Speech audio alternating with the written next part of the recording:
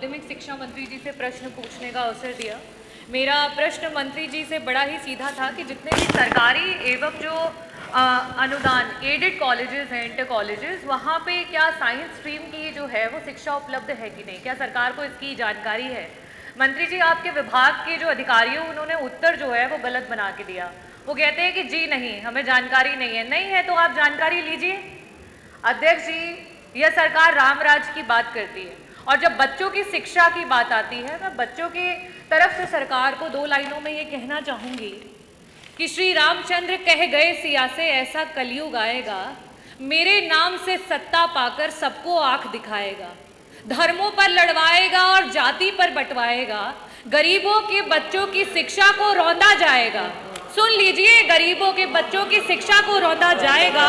जो शिक्षा को पाएगा, जो शिक्षा को चाहेगा, उसको वो मार भगाएगा। पूरा करने दीजिए।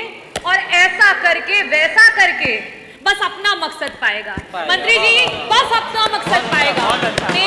मेरा पहला जो प्रश्न है मंत्री जी आपसे ये है कि जो आर्टिकल 51AH कहता है, फंडामेंटल जो ड्यूटी है हम सभी की, भारतीय जो नागरिक हैं उनकी, कि हमें अंधविश्वास से दूर रहना चाहिए और साथ ही साथ हमें जो है विज्ञान और तर्क पे आधारित जो है सोच रखनी चाहिए। जब हमारे बच्चों के पास विज्ञान की शिक्षा ही नहीं रहेगी, और मैं ये कहना चाहूँगी कि आपका जो डेटा है, आपका जो उत्तर है वो इतना गलत है कि मैं मछली शहर के Khoyri inter college, Utrai inter college, Gohka inter college, Baderi inter college, Mogalpur inter college और ना जाने इतने इंटर कॉलेजेस, 90% उत्तर प्रदेश में इंटर कॉलेजेस हैं। आज किन्हीं ना किन्हीं कारणों की वजह से सरकार वहां पे जो है बच्चों को साइंस की पढ़ाई नहीं दे रही है। मेरा पहला प्रश्न आपसे ये है कि इन इंटर कॉलेजेस में क्या साइंस की शिक्षा को लागू किया जाएगा?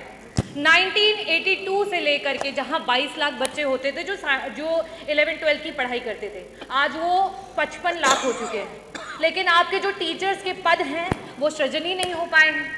श्री रामचंद्र जी को भी उनके महर्षि जो हैं वशिष्ठ मिले थे। हमारे बच्चों को शिक्षक क्यों नहीं दे पा रही है सरकार? रामराज की बात करती है।